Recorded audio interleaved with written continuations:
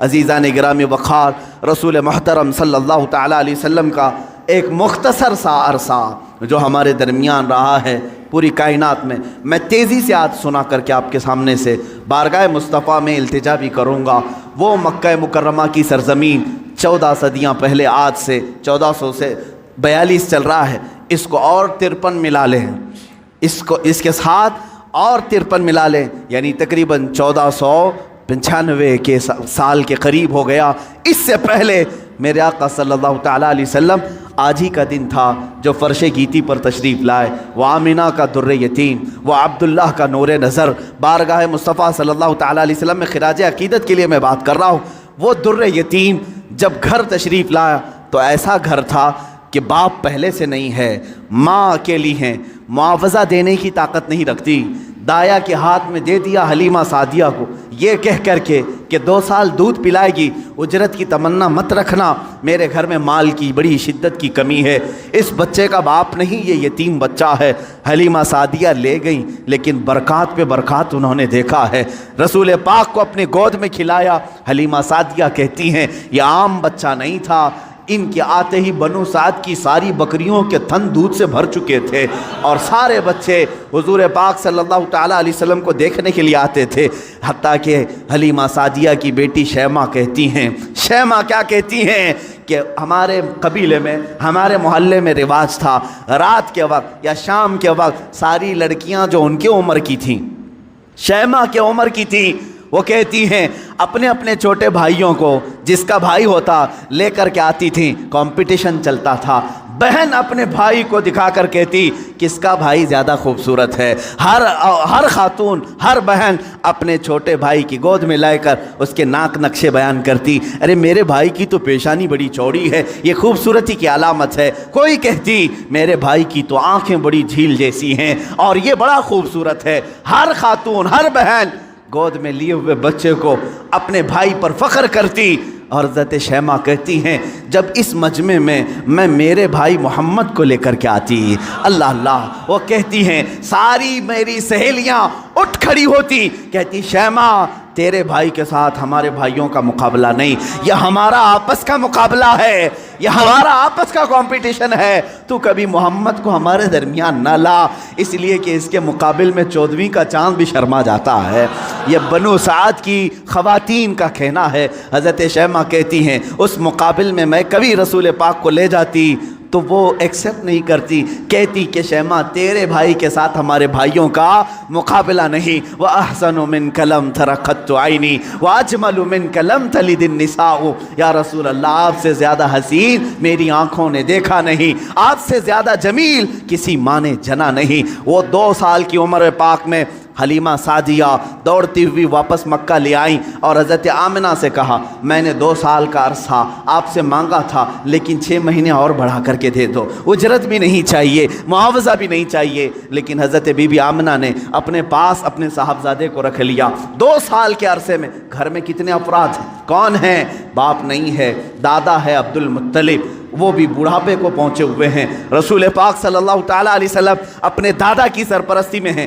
6 سال کی عمر میں اپنی ماں کے ساتھ ننیحال کا سفر کیا، مدینہ کا سفر کیا۔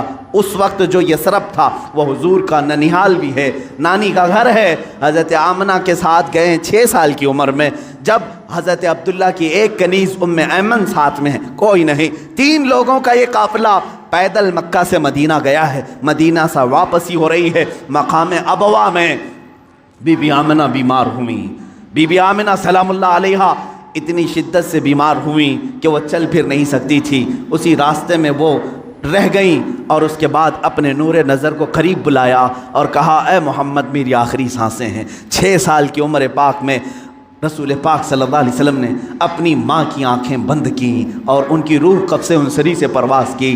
وہ 6 سال کی عمر میں اپنی مقدس ماں کا جسم مبارکہ اٹھاتے ہیں، قبر میں دفن بھی کرتے ہیں، اور اپنے والد کی کنیز کے ساتھ واپس مکہ آتے ہیں۔ اب کون تھا اس محمد عربی کے ساتھ؟ نہ باپ ہے نہ ماں ہے، وہ در یتیم، پوری کائنات کے یتیموں کا آقا بنا ہے، پورے یتیموں کا ماوا و ملجا بنا ہے، لیکن اللہ نے اسے در یتیم پیدا کیا، جب 8 سال کی عمر ہوئی دادا کا بھی انتقال ہو گیا، عبد المطلب بھی دنیا سے چلے گئے، اب کون تھا سوائے ایک چچا کے، ابو طالب کے؟ اب کوئی نہیں تھا، آپ کی سرپرستی میں رہے۔ جہاں تک بات آتی ہے ابو طالب کی، میں کہوں گا بڑے ادب کے ساتھ، اے لوگوں اس اختلافی مسئلے میں کبھی بھی تیر مارنے کی کوشش نہ کرنا۔ بعض لوگ ابو طالب کے کفر کے متعلق اصرار کرتے ہیں کہ وہ کافر تھے، بعض لوگ ایمان کے متعلق، لیکن جو حقیقت ہے وہ اللہ کے حوالے کرو، اللہ کے حوالے کرو۔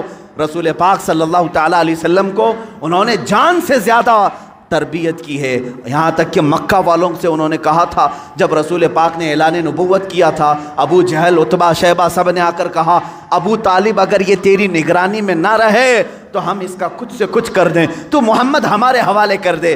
جانتے ہو ابو طالب، مجھے بڑی تکلیف ہوتی ہے جب سرے سے کوئی آدمی ان کو بالکل کافر مشرک گردانے، میں کہتا ہوں کف لسان تو کرو، زبان کو روک تو لو، جو معاملہ ہوگا قیامت کے دن دیکھا جائے گا۔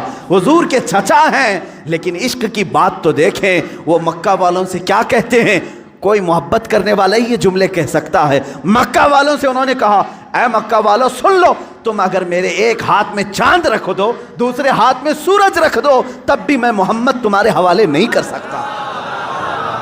یہ ابو طالب کے الفاظ تھے جو رسول پاک کے لیے انہوں نے فرمائے تھے۔ میں ادب سے کہتا ہوں لیکن پھر ساتھ میں ایمان و کفر کا معاملہ اللہ کے حوالے کرتا ہوں، اس لیے کہ اس پوری قوم کو نہ جنت دینا ہے نہ دوزخ دینا ہے، نہ قیامت کے دن تمہارے ہاتھ میں فیصلہ ہے نہ میرے ہاتھ میں فیصلہ ہے۔ ابو طالب جنت میں جائیں گے کہ جہنم میں جائیں گے، میں کون ہوتا ہوں فیصلہ کرنے والا؟ نہ اعلیٰ ملائکہ میں سے ہیں ہم، نہ فرشتوں میں سے ہیں، بلکہ اللہ رب العزت کے حوالے ہے یہ فیصلہ، ہر ایک کے جنت و دوزخ کا فیصلہ۔ بہرحال 12 سال کی عمر میں ابو طالب نے رسول پاک کو اپنا ساتھی بنا لیا۔ ایسا مجھے بتاؤ ابو طالب پر جب بھی باتیں آئیں ادب کے ساتھ کہو، ادب کے ساتھ کہو۔ میں نے ابو طالب کو بہت پڑھا ہے، وہ رسول پاک کو چھوڑ کر ایک لمحہ بھی نہیں رہتے تھے، ایک لمحہ نہیں رہتے۔ 12 سال کی عمر میں جب انہیں یمن کی تجارت پہ جانا تھا، ابو طالب نے انہیں چھوڑا نہیں، رسول پاک کو تجارت کے سفر میں ساتھ لے لیا۔ بیچ راستے میں ایک جگہ پڑاؤ ہوا، وہاں ایک راہب تھا، عیسائی راہب، اور اس نے دیکھا، چہرے پاک کو دیکھ کر اپنی کتابوں میں پڑھی ہوئے ساری علامتیں دیکھ لیا، اس نے مہمان بنا لیا۔ ابو طالب سے پوچھا تم کہاں سے آ رہے ہو، کون سا خاندان ہے؟ جب انہوں نے بتایا تو وہ راہب کہتا ہے، بحیرہ راہب، اے ابو طالب میری بات سنتے ہو تو سن لو، جو تمہارے ساتھ بچہ تمہارا بھتیجا ہے یہ اللہ کا سب سے آخری رسول ہوگا، یہ سب سے آخری رسول ہوگا۔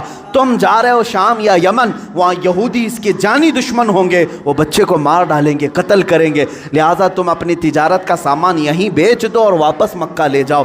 ابو طالب نے صرف رسول پاک کی جان کی حفاظت کے لیے پورا تجارت کا قافلہ وہاں بیچ دیا، واپس مکہ تشریف لائے۔ ابو طالب نے 25 سال کی عمر تک رسول پاک کی ایسی تربیت کرتے رہے۔ میرے آقا صلی اللہ تعالیٰ علیہ وسلم کی پرورش میں انہوں نے کوئی فر و گزاشت نہیں کیا، کچھ نہیں چھوڑا۔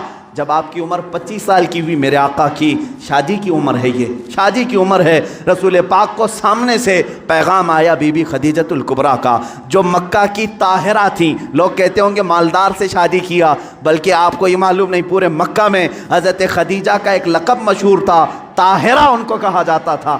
حضور کے پاس جب ان کا پیغام نکاح آیا، آپ نے ایکسیپٹ کیا۔ آپ سوچیں 25 سال کی عمر میں 40 سال کی خاتون سے نکاح کرنے والا صرف عورتوں کا دلدادہ نہیں ہو سکتا، وہ بھی بیوہ عورت، 2 شوہر ان کے ہو چکے تھے، اس سے پہلے انتقال کر چکے تھے، تیسرے شوہر میرے آقا ہیں۔ رسول پاک صلی اللہ تعالیٰ علیہ وسلم کی شادی ہو رہی ہے، شادی کا جو خطبہ نکاح ہے کوئی اور نہیں، ابو طالب ہی پڑھ رہے ہیں۔ ابو طالب نے خطبہ پڑھا، خطبے کے الفاظ بھی دیکھیں، کہیں ایک شرک نہیں، کہیں ایک کفر نہیں، بلکہ اللہ کی حمد و ثنا ہے، رب ذوالجلال کی تعریف و توصیف ہے۔ اس کے بعد رسول پاک کی تعریف بھی اس خطبے میں موجود ہے، وہ خطبہ آج بھی موجود ہے، کتابوں میں لکھا ہوا ہے۔ ابو طالب نے جو رسول پاک کے نکاح میں خطبہ پڑھا تھا، کوئی اور نہیں پڑھا، چچا نے خطبہ پڑھا، اور اس کے بعد محمد صلی اللہ تعالیٰ علیہ وسلم کا نام لیتے ہوئے پھر سارے مجمع میں کہا یہ میرا عزیز از جان بھتیجا محمد ہے، اس سے زیادہ شریف پورے مکہ میں تم لا نہیں سکو گے، اس سے زیادہ حسین تم پورے عرب میں لا نہیں سکو گے۔ اس کے بعد کہا محمد کا جو مہر طے پاتا ہے وہ ابو طالب کے مال سے جائے گا، خدیجۃ الکبریٰ کو جو مہر دیا گیا رسول پاک کا وہ بھی ابو طالب کے مال سے دیا گیا ہے، رسول پاک کے اس چچا کے مال سے۔ اب یہ زندگی ہے پاک ازدواجی زندگی ہے، میرے آقا سیدہ خدیجہ کے ساتھ 25 سال گزارتے ہیں۔ 50 سال کی عمر مبارکہ جب میرے آقا کی ہوئی، یعنی 40 سال کی عمر پاک جب تھی، تب اللہ تعالیٰ نے آپ کو حکم دیا، اے رسول آپ اعلان کر دیں میں اللہ کا آخری رسول ہوں، بتوں کی عبادت چھوڑ دو، ایک خدا کی عبادت کی طرف آؤ۔ یہ حضور کی 40 سالہ زندگی میں جو انقلاب آیا، اب مکہ والوں کی یہاں سے ستم ظریفیاں شروع ہوئیں۔ میرے آقا نے سب کو جمع کیا مکہ کے ایک سرزمین پر میدان میں، پوچھا میرے بارے میں تمہارا کیا خیال؟ سبوں نے کہا تم آج تک کبھی جھوٹ نہیں بولے اور کبھی کسی کی امانت میں خیانت نہیں کی۔ حضور نے فرمایا اے مکہ والو، اگر میں یہ کہہ دوں ان پہاڑوں کے پیچھے ایک فوج چھپی ہے جو تم پر حملہ کرنا چاہتی ہے، کیا میری اس بات پر یقین کرو گے؟ سارے مکہ والوں نے ایک زبان ہو کر کہا آج تک کبھی آپ نے جھوٹ کہا نہیں، اگر آپ کہتے ہیں کہ فوج ہے ہم اس کو بھی مانیں گے، ہم اس کو بھی یقین کے ساتھ تسلیم کریں گے۔ حضور نے فرمایا جب میری باتوں پر اتنا تمہیں یقین ہے تو سنو، میں تمہیں کہتا ہوں اللہ ایک ہے، خدا ایک ہے، معبود ایک ہے، مسجود ایک ہے، ہر ایک کے سامنے سر جھکانا یہ تمہیں زیب نہیں دیتا، اور میں محمد اللہ کا آخری رسول ہوں، اس کی طرف سے اخلاقی تعلیمات لے آیا ہوں، تمہاری روحوں کا بدلنے آیا ہوں۔ جب میرے آقا نے فرمایا سارے مکہ والے ناراض ہوئے، سوائے حضرت علی کرم اللہ وجہہ الکریم کے، کوئی اس میدان میں ایمان لانے والا نہیں تھا۔ حضور پاک صلی اللہ علیہ وسلم کی دعوت کی ابتدا صرف 2 لوگوں سے شروع ہوئی، ایک حضرت علی سے، دوسرے حضرت خدیجہ سے۔ کبھی نا امید مت ہو، اپنی دعوت اثر کتنا رکھتی ہے یہ اللہ کے اوپر چھوڑو، بولنا سیکھو، آج نہ صحیح کل مولا تعالیٰ تمہاری اس دی ہوئی دعوت کو پائے تکمیل تک ضرور پہنچائے گا۔ 2 لوگوں سے دعوت شروع ہوئی، ایک علی سے ایک خدیجہ سے، لیکن وہ دعوت آج کہاں کو پہنچی ہے؟ آج تقریباً پوری دنیا میں 2.25 ارب لوگ 180 کروڑ کی تعداد میں مسلمان جی رہے ہیں۔ وہ 2 لوگوں سے شروع ہونے والی دعوت 200 کروڑ کو پہنچ چکی ہے، لیکن ایسا سیل رواں ہے کہ تھمنے کا نام نہیں لیتا۔ وہ دعوت رسول اللہ کی جو مکہ کی ان چوٹیوں سے نکلی تھی، فاران کے ان پہاڑیوں سے نکلی تھی، آج تک زندہ ہے اور صبح قیامت تک یہ دعوت زندہ ہی رہے گی۔ آج میں آپ کو بتاؤں مختصر سی بات، یہ جو آج فرانس، امریکہ، یورپ جو ان کے اندر جو کھلبلی ہے، بے چینی ہے، اور وقتاً فوقتاً یہ گستاخی کرنا، اسلام کے خلاف، مسلمانوں کے خلاف، آتنکواد سے جوڑنا، ٹیررزم سے جوڑنا، کیوں ہو رہا ہے یہ سب؟ جانتے ہیں آپ؟ ایک پیٹ کا درد ہے۔ کس بات کا؟ یہ میں نہیں کہتا، امریکہ کا پریزیڈنٹ جو ایکس پریزیڈنٹ ہے اس سے قبل کا، اس نے خود یہ سٹیٹمنٹ دیا ہے کہ آج پورے ورلڈ میں سب سے زیادہ فاسٹ گروونگ والا کوئی ریلیجن ہے تو وہ اسلام ہے۔ یہ میں نہیں کہہ رہا، امریکہ کا پریزیڈنٹ کہہ رہا ہے سب سے زیادہ تیزی سے اگر کوئی دین دنیا میں پھیل رہا ہے تو اسلام ہے۔ یورپ کے متعلق تو تعداد آنکڑے بھی ملتے ہیں، پر ڈے وہاں 400 لوگ اسلام میں آ رہے ہیں۔ یہ حالت دیکھ کر کے وہ گھبرائے ہوئے ہیں، اس لیے کہ ڈیلی کے 400 کے حساب سے جب وہ گنتی بناتے ہیں ہماری ہے کتنی پاپولیشن، اگر یہ سلسلہ اسی طرح رہا ایک وقت آئے گا کہ ہم مائنورٹی ہو جائیں گے، یہ میجورٹی میں آئیں گے، ہم تو غلام ہوں گے، تخت ان کے پاس آ جائے گا۔ یہ جو سب سے تیزی سے اسلام کے پھیلنا یورپ میں، امریکہ میں اور دوسرے علاقوں میں، خود فرانس کی حکومت یہ اچھی طرح سے جانتی ہے ان کے ہاں مسلمانوں کی تعداد چند سالوں پہلے کیا تھی اور آج کیا ہے۔ چند سالوں 20 یعنی 10 سال یا 20 سال کی آپ وہاں کے ریکارڈز نکال کر کے دیکھو، آج 60 لاکھ مسلمان ہیں۔ انہیں معلوم ہے اب میئر بھی یہ بنیں گے، وہاں کی پارلیمنٹ کی سیٹ پر بھی یہ کھڑے ہو رہے ہیں۔ یہی حال UK میں ہے، یہی حال امریکہ میں۔ یہ جو خوف ہے صرف اور صرف یہی خوف انہیں ستا رہا۔ اور ایک بات میں بتا دوں، پوری دنیا کے جتنے بھی مذہب ہیں، پوری دنیا کے جتنے ریلیجنز، ان میں سب سے زیادہ اپنے مذہب پر اگر کوئی پریکٹس کرتا ہے صرف مسلمان ہیں، سب سے زیادہ۔ اگرچہ آپ ہمارے جماعت میں بے نمازی زیادہ ہیں، لیکن اس کے باوجود میرا چیلنج، میرا دعویٰ ہے، یہودی ہوں، عیسائی ہوں یا بدھ ہوں،